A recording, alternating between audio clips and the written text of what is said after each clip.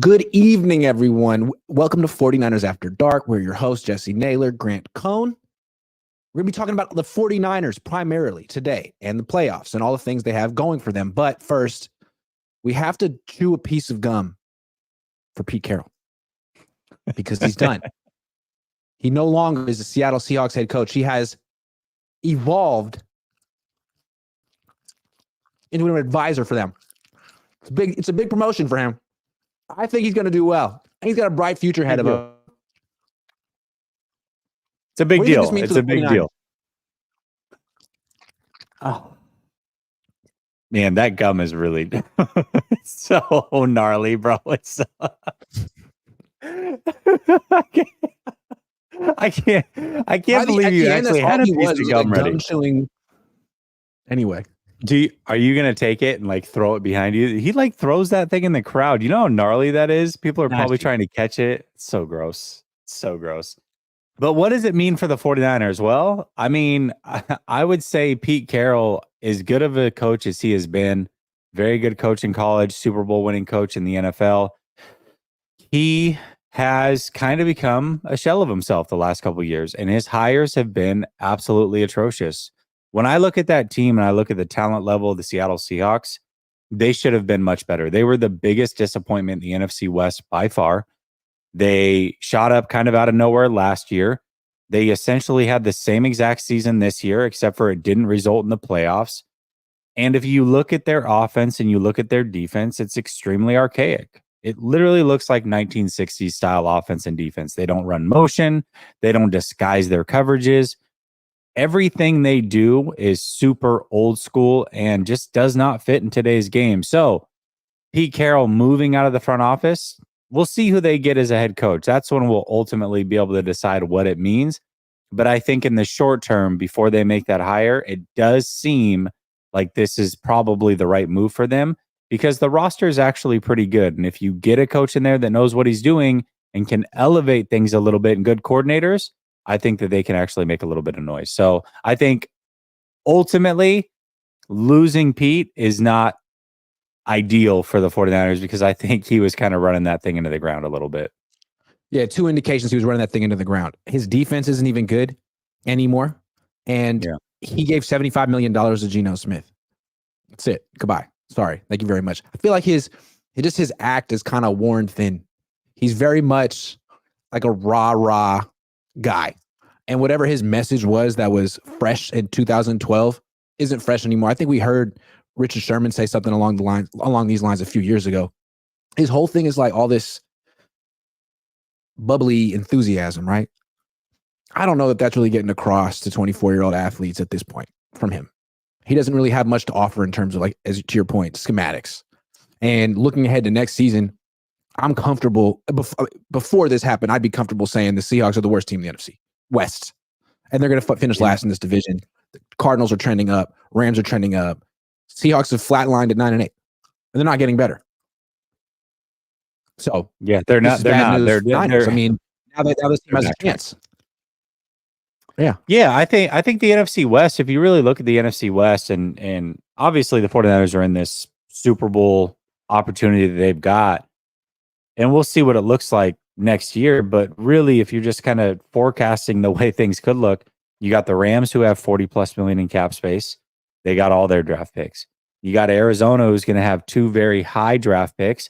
They seem to be in with Gannon as their coach. They seem to like him a lot. Kyler Murray's making strides. They're actually using him like a legitimate quarterback instead of just in shotgun and what have you.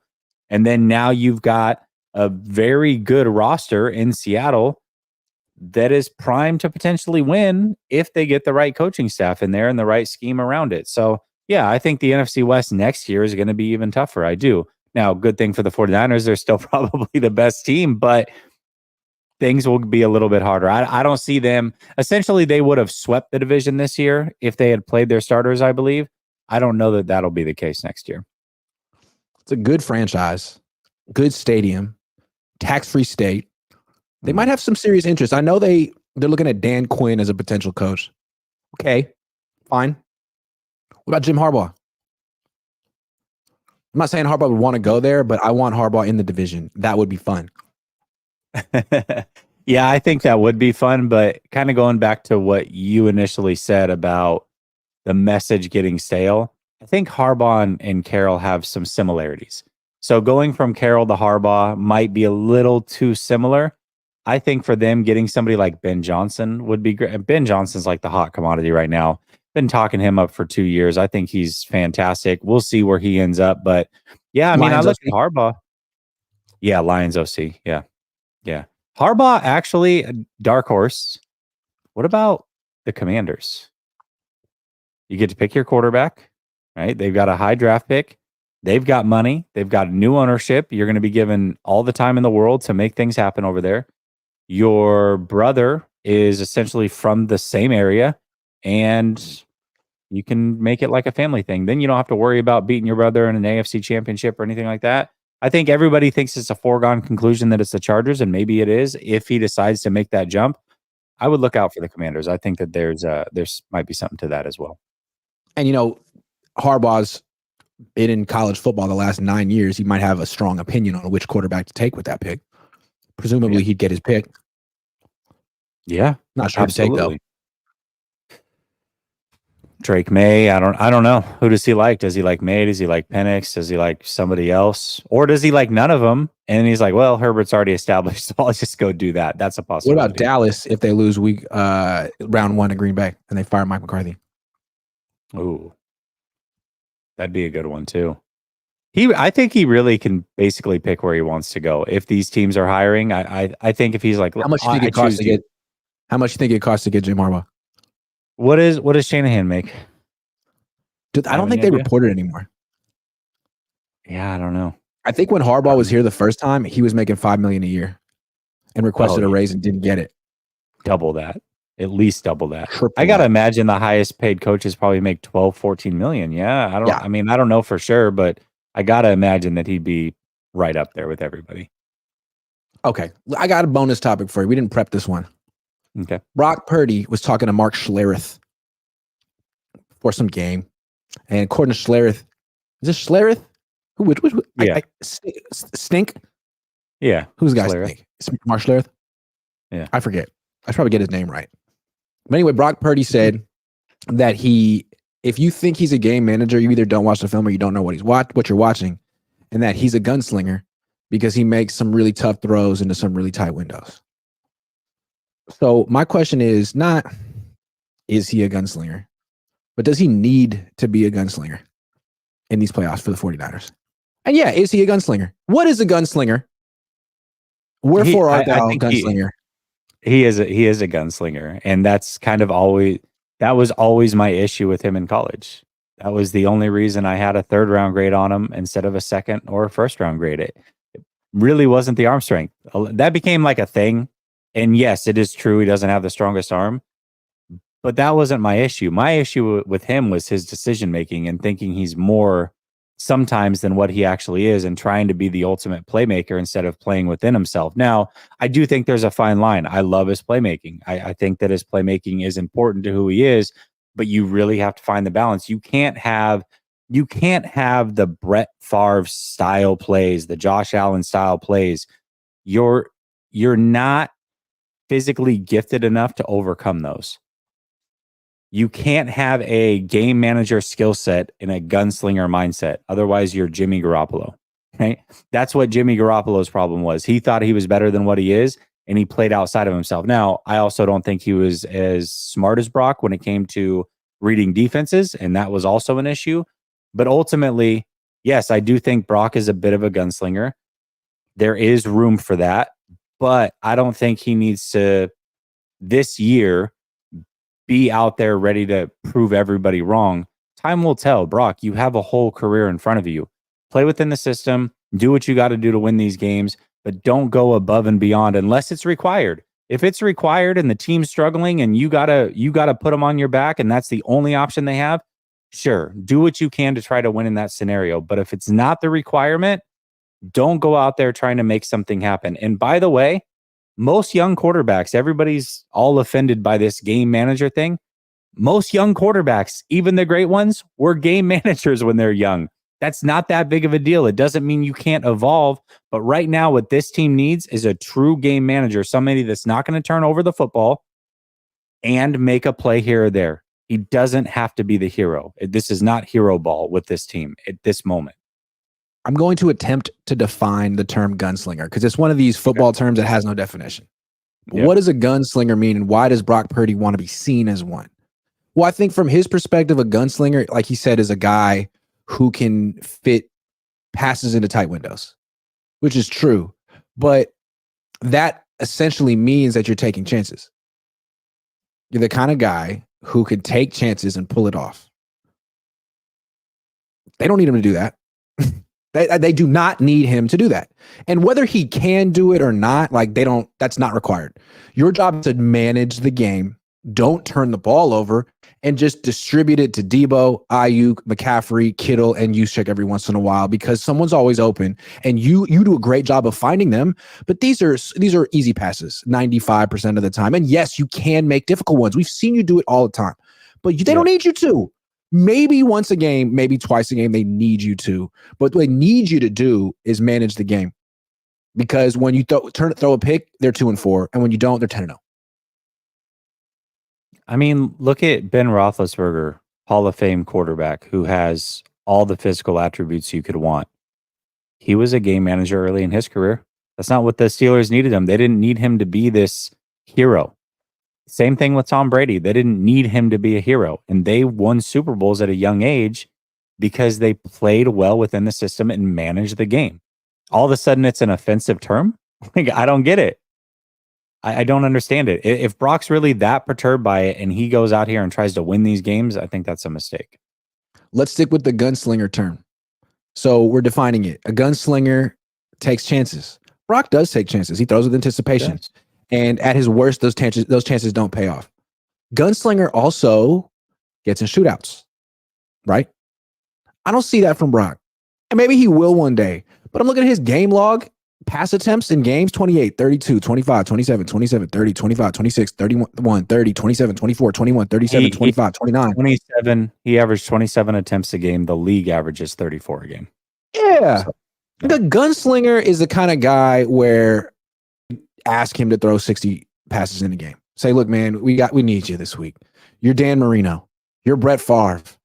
Something's broken down. We need you to carry the team with your arm and get in a shootout. Maybe Brock can do that, but the Niners haven't, I'm going to switch my metaphors here, let him cook yet. And when they've tried, it hasn't gone always so great. Like, he's good in certain doses, in certain situations. And I mean, played at an MVP level. He gets ultimate credit for that. But gunslinger? I mean, depending on how you define it, I don't think it's something he necessarily needs to aspire to at this time. Yeah, and I don't just again, do your job. Early in your career, you don't need to be that guy. Maybe you can eventually become that guy. And there are downsides that come with being a gunslinger. I mean, as great as Brett Favre was, as great as Josh Allen is, there are turnovers you have to overcome because you are willing to put the ball in harm's way on a regular basis. Now, when you look at guys like that, you look at a guy like Josh Allen, for example, who had 3 turnovers early in that game. You also look at him and say, he's probably still better than Tua and is going to find a way to win this game. And you have the utmost confidence in them. And so that is a great attribute to have, that you believe in guys like that. But sometimes they get themselves into a little bit of trouble. And what I'm saying is Brock Purdy, with his physical abilities, is not that guy. He can't throw 3 interceptions and come from behind. He's not. That is not who he is. Everybody loves him because he plays on time. He's accurate. He's smart. He's mobile, all these other things that you don't have to be loved for having a rocket arm and turning the ball over 3 times. That is not who you are. And you can't overcome that. Don't make a living playing like that. No. Just because you can make a few plays in a game and put together a highlight reel of 10 to 15 plays where you did some gunslinger stuff doesn't make you a gunslinger. It doesn't. Yeah. You don't make a living that way. Real gunslingers do this. It's a life choice. It's how they get through their life. And you do that while you're up 15. Sorry, I'm getting a little snarky now, but seriously, it's like easy to pimp it when you're up 15. Yeah, but here's the thing: you can take quote unquote chances That doesn't mean that you have to play within the confines of a tennis court. I love the way you describe Jimmy G. Is he always played within a tennis court? Brock Purdy doesn't do that. But what Brock Purdy does is he picks and chooses wisely when to take those chances. And when he does, he's not putting the ball in harm's way. He's throwing it to an open guy. He just sees it and is not afraid to uncork it. I love that side of him. That if that's how he defines gunslinger, then keep that in your arsenal. But trying to throw into tight windows and come from behind and be the hero, like that is not what the 49ers need. Not yet, anyways. Eventually, if you're going to get paid, you better be that guy. Otherwise, you're not worth being paid if you can't carry the team. But right now, he's very inexpensive. He's way outkicked his coverage as far as the contract goes. And this team is stacked. Play within the confines of the offense.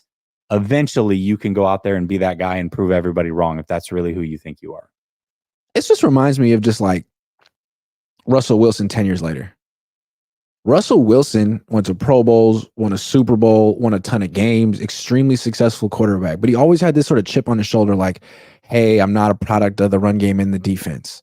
Hey, you can really build this team around me. Hey, you should let me cook. Like, no. You're great in a specific way. And that's okay. He was great throwing 25 to 30 passes a game, right in that sweet spot. But once he started to like cook, it wasn't so great. And there aren't that many quarterbacks who can truly do that. I feel like Purdy might be in that boat, and there's nothing wrong with that. Russell Wilson is one of the best quarterbacks I've ever covered. Yeah, Maybe I'm wrong. I'm underselling him, comparing him to Russell Wilson, but I don't think I am. Russell Wilson never got an MVP vote. Brock Purdy will. How about that? How about that? Jessie, in your face. I think if 49er fans know what Russell Wilson brought to the table and how much he gave them fits, if Brock Purdy can be a pain in the backside of the NFC West for the next 10 years, I think 49er fans will take that. I think he can be. It seems like the only division that really gives him problems is the AFC North. They don't have to face him again for 4 years? That's good. Yeah, or the Super Bowl. We'll see. Or the Super Bowl. Yeah, I guess there's that. there is that. Yeah. Hey, give me 3 bold playoff predictions for the 49ers. 3. Well, right. You can do 1. I'll give you 1. We can go back and forth. We'll go back and forth. Okay. I'm gonna stick on give the me an arbitrary number of bold predictions for the playoffs. 49ers. Sorry. Okay, I'm gonna stick with Brock Purdy. Okay. I'm gonna say Brock Purdy throws no interceptions the whole playoff run. Okay. If he does that, that's just a win for quality control right there. We've laid it out. That's your job. And that's what Russell Wilson did when he won the Super Bowl. Threw about 25 passes a game, no interceptions. Well, he wasn't necessarily the star, but he was a huge contributing factor. I like that one. I'm not going to argue with it. The Niners are going to play the Packers in the first round. Packers are going to beat the Cowboys. The Packers are going to beat the Cowboys. McCarthy's going to get fired. Jim Harbaugh's going to Dallas. And Green Bay's coming to Levi's.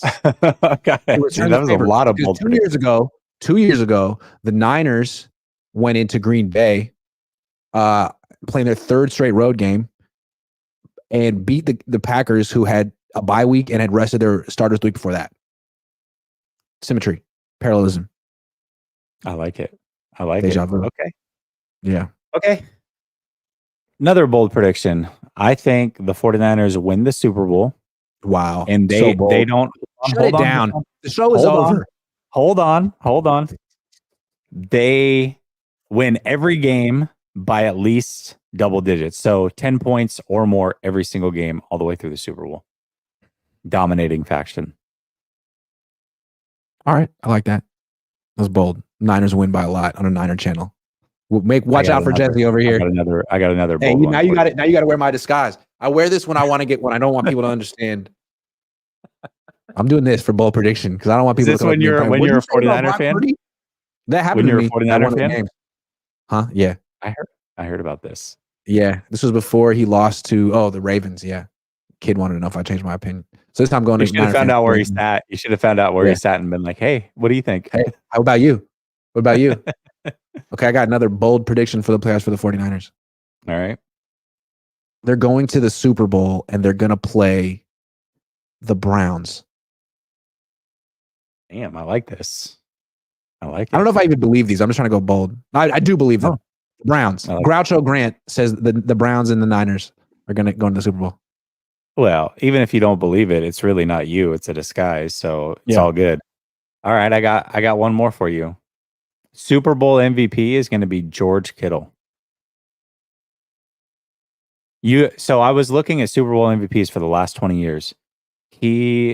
Receivers have won 1/4 of the awards. So it's interesting because your love for receivers, right? Yeah, where did Grant go? Your love for receivers and thinking they should be in the MVP conversation, they are often in it when it comes to the Super Bowl MVP. So I think George Kittle will win Super Bowl MVP. Okay, my bold prediction, Joe Flacco will win Super Bowl MVP. And he'll win his second Lombardi, and he'll go to the Hall of Fame, all because the Niners couldn't beat him in the Super Bowl. No, but the Niners are going to have a 10-point lead in the fourth quarter. Don't worry. It'll really feel like they're about to have it locked down, and then Joe Flacco is going to lead a comeback, and he's going to go to the Hall of Fame. Joe Flacco. It's going to be the Ravens and the 49ers, and we're going to find out, much like Vic Fangio did last year for the Eagles run, that Jim Harbaugh was consulting with his brother, was hired to be a consultant, and that's why he hasn't accepted a job yet. And that it's going to help them beat the 49ers. That's like his ultimate goal. Then he'll actually accept a team and then try to beat them again. I like it. I like it. Any more bold predictions? I don't have any more. Jordan Mason will carry the ball one time at least in the playoffs. That is the boldest prediction out of all of them. You know that's not going to have zero chance that happens. Zero chance. Right. Let's do some prize picks and then some super chats. I like it. Okay. Prize picks. Let's do receivers. I want to do receivers today. Enough quarterbacks. Quarterbacks get all the love. And no tight ends. Tight ends don't count. Sorry. Not today. Amari Cooper, 75.5, more or less, against Houston. More. Flacco he had like 260 something yards 2 games ago with Flacco. Yes, more. Yeah, because Flacco's an elite quarterback. Amon-Ra St. Brown against the Rams. More. 88.5. More. Whatever the number is, more. Why? Because first of all, Laporte is out. Laporte is out. And I think Amon-Ra St. Brown is who we think Deebo Samuel is. Wow. I think he's a very, very good receiver. What's his skill set for people who don't watch the lines that much? Well, I watch him all the time. I mean, he can do a little bit of everything. He can take end arounds. He can run short routes and turn them into big gains. He's a very good route runner as well. A little bit stockier, great hands. He's a complete player. So you're saying he's that guy? Very, very good. He is that guy. Yes, he's him. He is him. Himothy. I like his name. Amon-Ra has got to be the best name of any wide receiver in the league. Yeah, he's legit. Any first name with a hyphen is phenomenal. Just want to say, CeeDee Lamb could have a hyphen but doesn't. I think it's better without the hyphen. What do you think? That's not really the question. 100.5 receiving yards, more or less. We can talk about his name later. I'm gonna go more. I'm going more. I watched Dallas 2 or 3 times over the last 6 weeks. Watch them, and it seems like Dak throws to him 6, 7, 8 times in a row, almost every single game. They're at home against a defense that can't seem to cover anybody. They move, and even if Jair Alexander plays, I think he's a very good corner. I think that CeeDee Lamb, they just move him around in the slot. They always find a way for him to just get open. So, yeah, I'm going to go over or more. Yeah, it's got to be more. Nico Collins against Cleveland. 71.5 receiving yards, more or less. Cleveland's got some corners. I know, and this is legit. This is if CJ Stroud comes out of this one looking good, I'm already very impressed with CJ Stroud. But yeah, we saw Brock Purdy out of this one. It wasn't super pretty. We also saw Stafford against it, and it was pretty dang good. Man,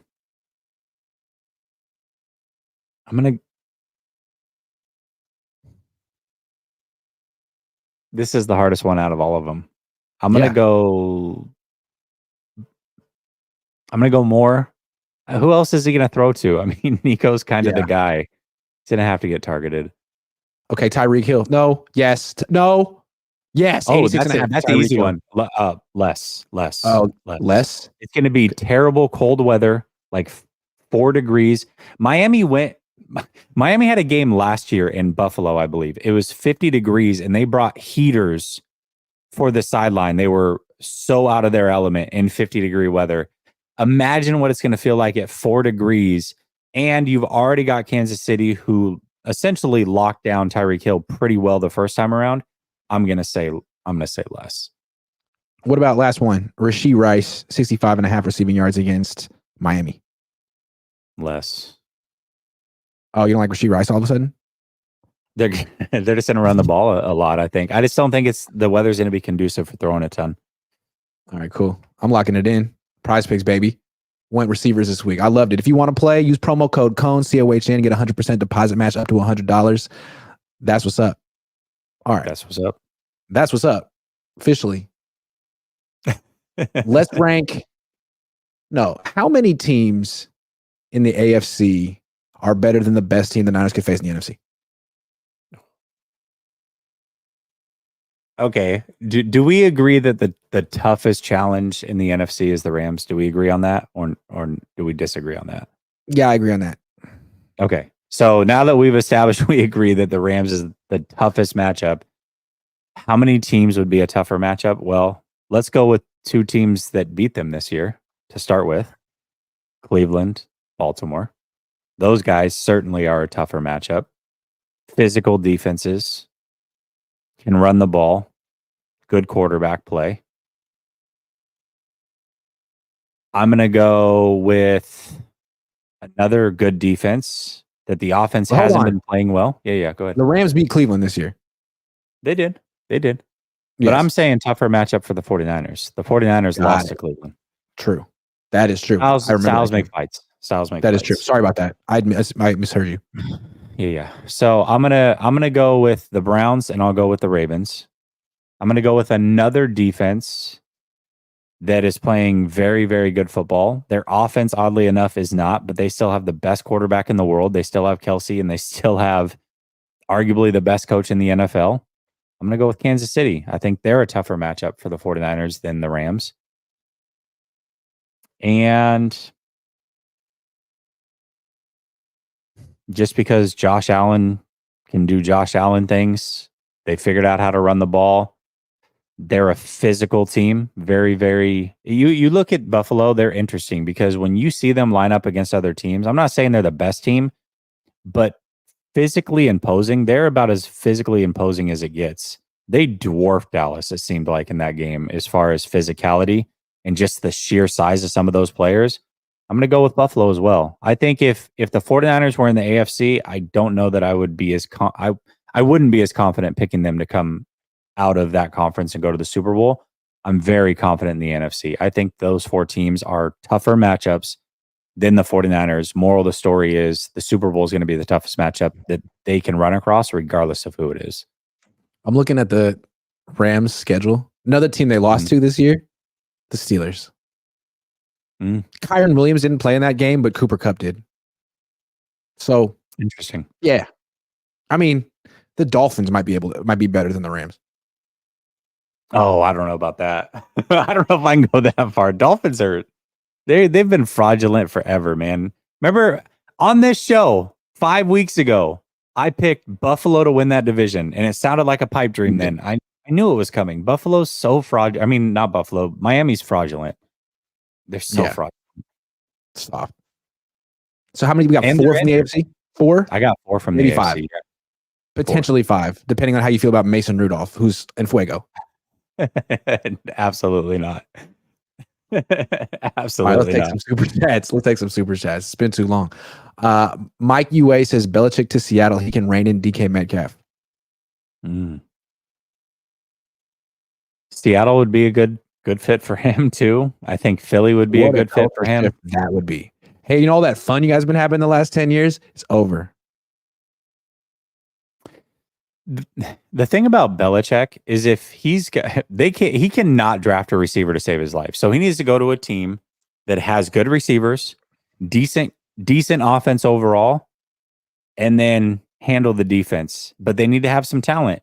You look at Seattle, they have a lot of talent on defense. I think he can turn that into a very good defense. You look at Philadelphia, he can turn that into a very good defense. They've got the talent. So that's what he needs. Those two teams make a lot of sense. He's cooked. That's it. He's shot, huh? He's cooked. That's my hot take. If I were leading a coaching search, I wouldn't be interested. Look at the last 10 years of his drafting. Terrible. I think that whole thing was propped up by Tom Brady and shady tactics. Can I say that on YouTube? I like that. I don't know. I like that. Can I say that? I think allegedly. You look at Seattle and you look at Philly. The reason those teams make sense is because they already have a front office in place that is pretty good at drafting. His defense this year, even without its two best players, still very, very good. So you give him some talent on defense, he can still make things shake over there. Now he does have to have somebody that can run the offense for him. We'll see about that, but I think Bill Belichick can still get it done. What about if the Eagles fire Nick Sirianni, and that way Belichick and Nick Saban can join forces like a Power Ranger and take over that team together? They coach together on the Browns. Yeah, but what would Saban do? What would Saban do? Would he call the defense? I don't know. It was a terrible idea. No, really, I think they should probably hire someone a little bit young. What about Harbaugh? For who? Seattle? The Eagles. Oh, yeah. That'd be a great fit. That'd be a fantastic fit. Yes. He wouldn't work with Howie Roseman in a million years. Yeah. You don't think so? I think Harbaugh wants power. I think Roseman wants power. Yeah, but I think Roseman's a guy that you can trust. He's done a very good job. So why not? I don't know. I guess it depends on how much power he wants. Isn't that maybe that's the lesson that Harbaugh learned from his? I mean, he had success with the Niners, but he didn't last long because he was butting heads with Trent Baalke, and then he went to Michigan and did it all himself. I don't know. Yeah, I don't know. Yeah. Carlos M, stop with the QB takes. You guys are bad at it. Okay. No. Dave Barkley says, "How much I miss you. Love you guys. Still killing it. Miss you. Love you too, Dave." I think Grant is right. Packers beat the Cowboys. Man. The only reason I can't pick the Packers in the playoffs. The only reason I can't pick the Packers because Dallas is a completely different team at home. So I think that they're just, even if it turns into a shootout, which it very well may, I think them at home their offense is just way better. So didn't people say that about the Packers 2 years ago when the Niners played them in Dallas?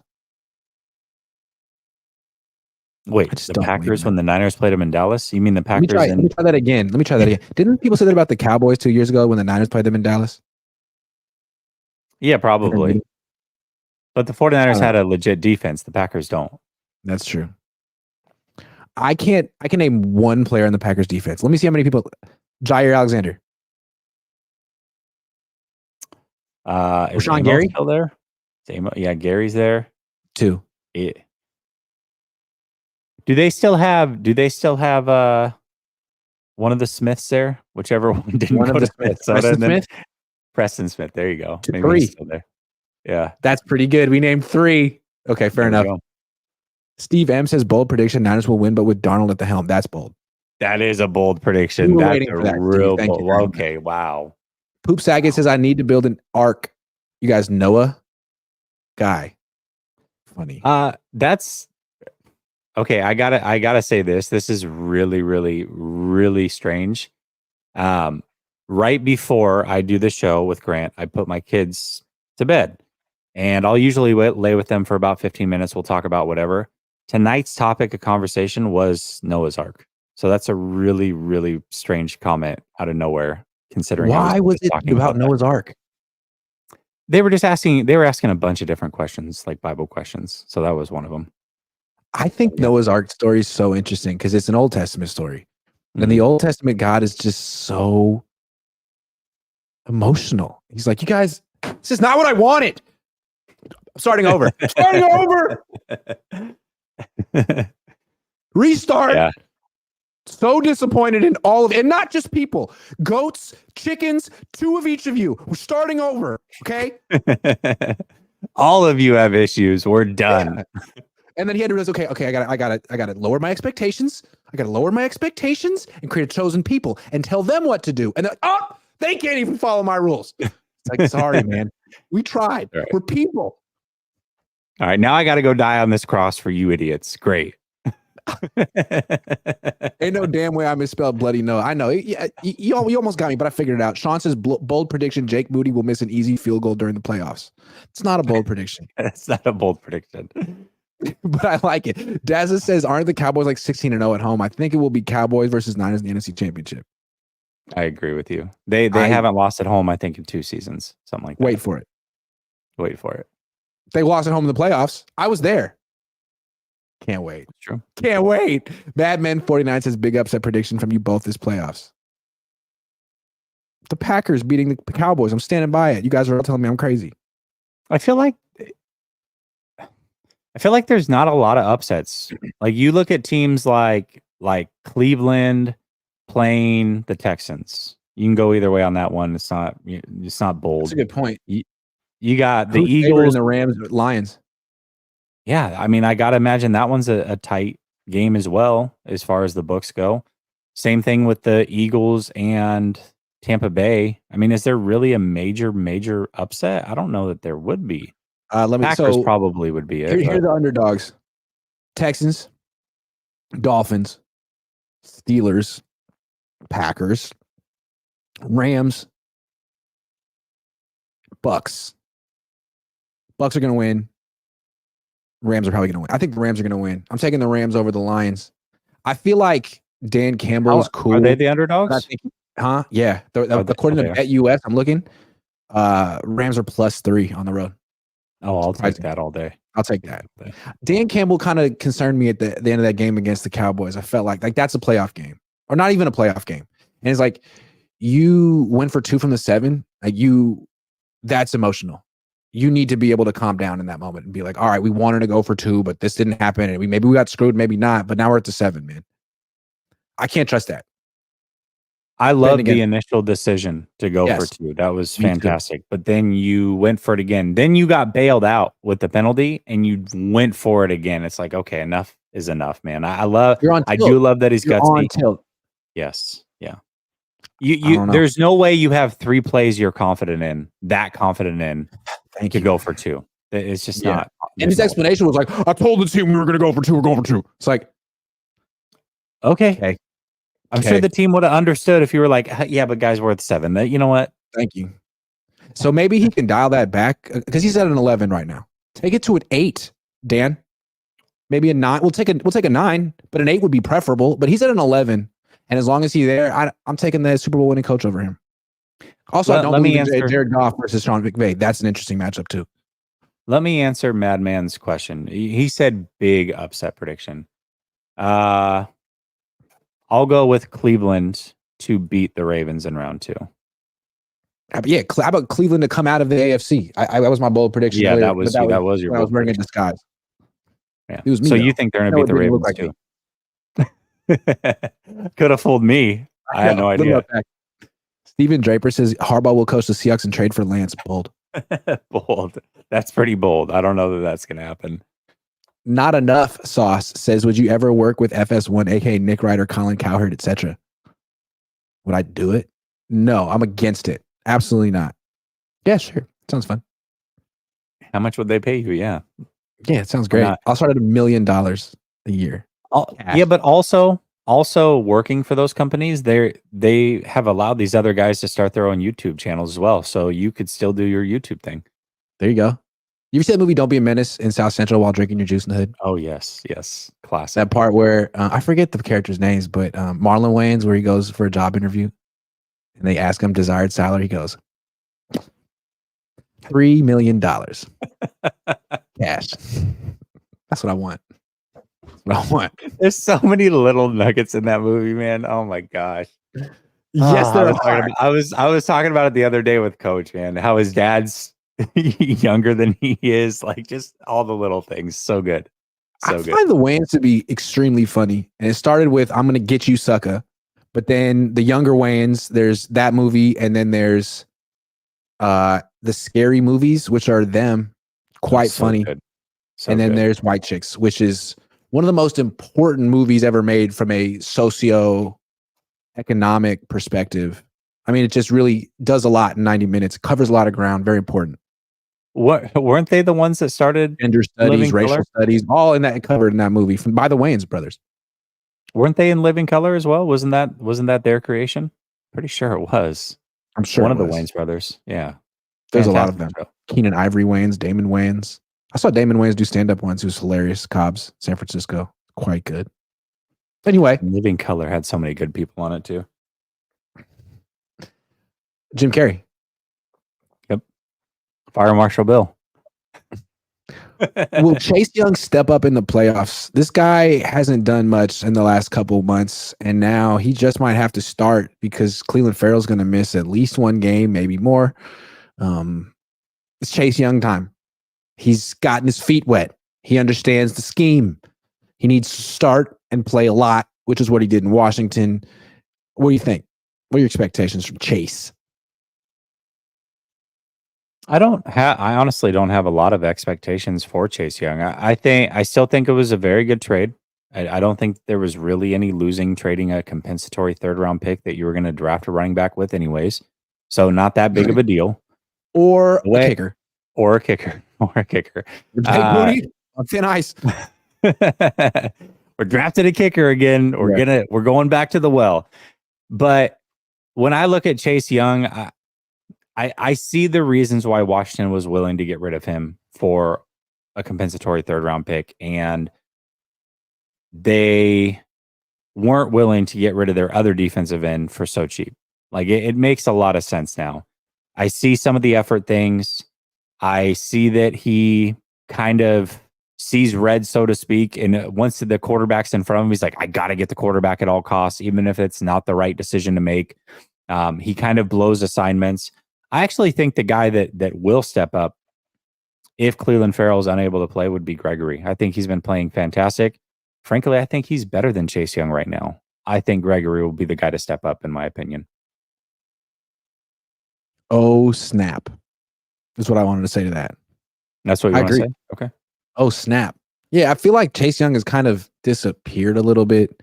He had half a sack against Baltimore, half a sack against Arizona. I mean, that's all his production since the Tampa Bay game. I don't know.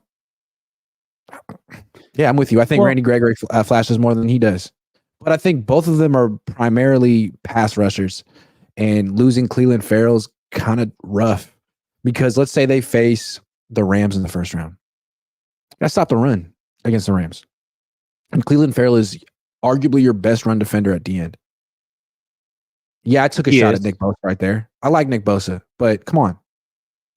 He's very good, but Armstead's back. And Armstead is the single most important person on that defensive line when it comes to the run defense. He might be the most important person, period. So the fact that he's going to be back, I think that they can keep things going just fine without Cleveland. The timing of Cleveland going out and Armstead coming in, I don't think you're going to see him miss that big of a beat. What's interesting about Armstead, too, is if the Niners are playing the Rams and the Rams are getting them to the perimeter, getting the edge in the run game, you could theoretically move Armstead out there and put Sebastian Joseph Day or Javon Kinlaw inside next to Hargrave. That could work. So there are options. Good point. Good point. It doesn't have to be Chase Young because it may not be Chase Young. Yeah. No, it's very. I think they re-signed Chase Young. I was actually gonna bring that up before we started talking about Armstead. So I remember a few weeks into the Chase Young experience, people were like, "Oh man, should we sign him over Ayuk if it comes down to it?" And a lot of people were actually in favor of that. I think Chase Young playing not that great means that he can be had if they decide they want to bring him back. I do, and I said this very early on when Chase came. I really see him having a Jadeveon Clowney type of career where he's a hired gun, 1-year deals, a bunch of 1-year deals, maybe a 2-year deal here or there. But he's going to kind of go team to team to team, and they're going to look for him to come in and boost their pass rush. Most of the time, it's not going to work like it hasn't with Clowney. And then he's going to find the right spot every once in a while where everything comes together like it did for Clowney first year in Seattle and then the Ravens and what have you. So, yeah, I mean, yeah, there's a possibility, but also the 49ers feel like they can go out and get these guys on a regular basis. Yeah, absolutely. Bold prediction for the offseason. Niners spend their first draft pick on a D end. Oh, no. Yeah, that's your reaction now, but then they're going to do it. Everyone's going to be like, no, it's okay. This guy's pretty good. That's they're going to do it. Not an offensive tackle. I bet you would. It has to be an offensive lineman. It has to be an offensive lineman. Dave Barkley says, hey, when I changed banks, it messed up my memberships and I wanted to apologize. I got back on with Grant relatively quick, but ruined my 3 years. But I just realized the other day I had to resubscribe. Love you both. 3 years down the drain? 6 years of college down the drain. What's that from? I have no idea. Animal House. 6 years of college down the drain. Sorry. Papa Phil says, love you, Dave. Jesse, if any Niners are tipping plays, please don't say anything until the offseason. Someone on the funny how Ravens, that's been coming up again. Yeah. Didn't someone on the Ravens say that the Niners have tails? Van Noy, yeah. Listen, I'm sure every team has tails. We know that it exists. Is it a big deal? Is it not? I mean, that's for you. I think it's a fun thing to say about an opponent. Just make them really self-conscious. Like, about who? Just an opponent. Like, oh yeah, you have tails. We knew what you're doing. Like, is that like telling a kid, hey, your epidermis is showing? What are you talking about? No, it's not. Steven Draper says, okay, Jim Harbaugh coached Seahawks and signed Kaepernick. Bolder. Oh, wow. Kaepernick that's the boldest of bold predictions. Yeah. Kaepernick's 36 years old now. Who is Sparta? Jay Sway says, Armstead will unlock our pass rush in the playoffs. Unlock. Very well may. Ricky Williams says, go through your playoff predictions up to the bowl. I don't want to. Not for $2. Not for $1.99. That's sorry. Go over to Last Second Sports. I've already done it a couple days ago. Okay. Go check it out. Papa Phil says if Mike Florio and Quagmire had fusion rings, you get, I guess, each LOL.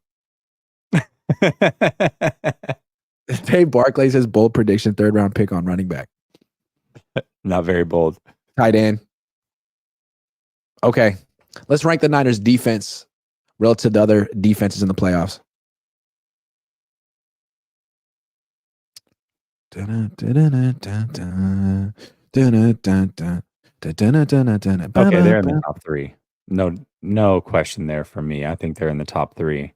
But where do they rank? I mean, we have to give Ravens their credit. They're the number 1 defense. They may not have the best players, but schematically, the way they've put things together is phenomenal. We saw them up close and personal. We saw what it looked like. I know 49er fans don't want to give them credit for the tip passes. It was fluky, whatever, but they did what they were supposed to do. Ravens are the number 1 defense. Browns number 2. I mean, they've had to carry that offense for long stretches. We've seen 4 quarterbacks win for that team this year. Am I mistaken? 4, at least 3. I know 4 have played. They've got to be number 2. We saw them up close and personal. We saw how much technically the Browns are giving up yards per game this year by a lot. The Browns. Yeah. So. Yeah, they have. Point-wise, I think it's the Ravens, though, if I'm not mistaken. Point-wise, it's the Ravens. Yardage-wise. Yardage. Yeah. Well, technically, the Browns would be the number 1 defense because they go by yards, which is strange in itself. But either way, so I'd go Ravens, Browns, 49ers 3rd. Then I go Chiefs, Cowboys, Bills. Ravens, Browns, 49ers, Chiefs, Cowboys, Bills. That's Cowboys. Why do I not take the Cowboys seriously? I don't know. Well, I don't think there's a lot of great defenses in the NFL. Saying that they're the 5th best defense, I don't think is that high. If they gave up 42 to the Niners, I was there. It's all I needed to see. I'm sorry. I don't take them seriously. But maybe that's just what, it's my method. Kansas City and Buffalo, though, those 4 teams in the freaking AFC are legit. Kansas City, Buffalo, Cleveland, Baltimore. Those are the teams. Those are the only 4 teams I think the Niners have to worry about in the whole league. But they're all legit, and they've already lost to 2 of them. Yeah. I don't think, by the way, I don't think the 49ers have to worry about the Cowboys or even the Bills defense, in my opinion. Maybe not even the... No, they got to worry about that. Chiefs is very good. That quarterback that plays for the Bills. People talk a lot of crap about Josh Allen, but no one wants to play him. I don't understand it, man. No one wants to play him. All right, let's... In a down year, he led the league in total touchdowns and total yards. In his down year, like, okay, he turns the ball over, sure, but he also accounts for a crap ton of points every year. My bold prediction was the Browns winning the Super Bowl. I could easily see the Bills winning the Super Bowl. I mean, their point differentials off the charts. They have arguably the best player in the league. They could win the Super Bowl. They lost a lot of close games. They had some bad luck. Yeah. Let's rank the Niners offense relative to the other offenses in the playoffs. You know, this one's interesting to me, Grant, because towards the tail end of last year, I started to see a shift with the 49ers, and I said, I think this might be becoming a little bit of an offensive team. Like, it's starting to trend that way. And then this year started out in the 30 points. It's like, man, they kind of have made the shift full tilt. Now, I think the defense came back or brought the offense back closer and made this a more complete team. But I think the offense ranks higher than the defense does. I can make an argument that the 49ers are the best offense in football. I really could. Now, I know that the Dolphins have scored more. Who else has scored? And the Dolphins rank a skosh ahead of them in points per game and yards per game, but they're neck and neck. Yeah. A skosh. It's an exact. But I also think the Dolphins are fairly limited. Once you figure them out, their offense just gets stifled. And I would say Tua limits them. Tua. Yeah. I'll tell you an offense that is up there that I might at this point say is better than the 49ers. Only because they're hotter than the 49ers. They've averaged 31.3 points a game over their last 6 where their starters played. Go ahead. I guess? The Rams. Go. Yeah. The Rams. There it is. 31 got a really good quarterback. 31.3 points a game over their last 6 games, not including the last one because their starters didn't play. 2 of those games came against Baltimore and Cleveland. They put up 31 and 37 or 36 respectively against those defenses. And they've got talent. They've got 2 very good receivers. Actually 3 good receivers. They've got the best running back that Stafford has probably had in his whole career, best running game. And then you got Matthew Stafford, who's still an elite quarterback in my opinion. So maybe the Rams are right up there. I think they're right there. Yeah, I'm looking at Dallas. They're averaging 37 points per game at home and 23 on the road. What is that? Anyway, not Dallas. The 49ers average more on the road than they do at home, believe it or not. That's true. That is true. I'm going to say Baltimore. I mean, they have the number 1 defense, but their offense is really good. They're averaging 28.4 points per game. The Niners are averaging 28.9, and the Niners get to play in the NFC. Baltimore's in the AFC, and they don't run up the score. They didn't try to score 70 points in a game. They generally, maybe they ran up the score a few times, but they're like Jim Harbaugh's teams, They'll suffocate you with defense after they get the lead. So Baltimore's pretty dominant on offense. They can run it, they can pass it. MVP quarterback. If they get their tight end back, and Likely's filled in very, very well, and they've got a 2 tight end threat now with him and Andrews. But if Andrews comes back, so good. If Andrews comes back, they're going to be a serious threat on offense as well. Yes. Is Andrews coming back? Your son would know. Super Bowl. His timeline is the Super Bowl. So dang, cutting it close. Someone should tell him that it's like around the corner. Hurry up. You should be ready. Yeah. Dude, what? Okay. So then we got to go. BTNH Niner says, do you see the offense or defenses carrying the other during the playoffs? They should be 50-50. The good relationships got to be 50-50. Yeah, but you know as well as I do that this is an offensive league and things get called a little bit tighter. It favors the offense. I think the offense is going to have to be the catalyst, in my opinion. And I think they can do that.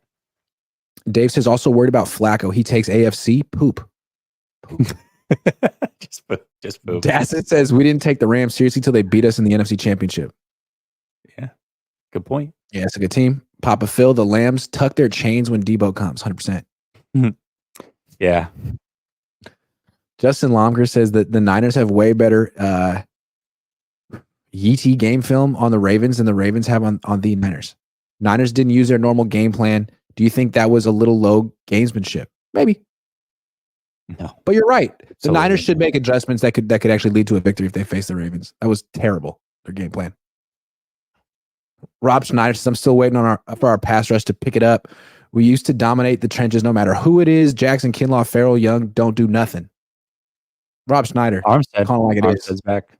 Yeah. Papa Phil says, yes, GC Trent Williams is our Super Bowl window. No replacing him. That's the show. You got another show coming up, I'm guessing. No, you don't. I do. Okay. Yeah, not behind enemy lines because we don't know who we're playing, but I do have a show with Sunil. So, yeah, come tap in Last Second Sports. Say hello to Sunil for me.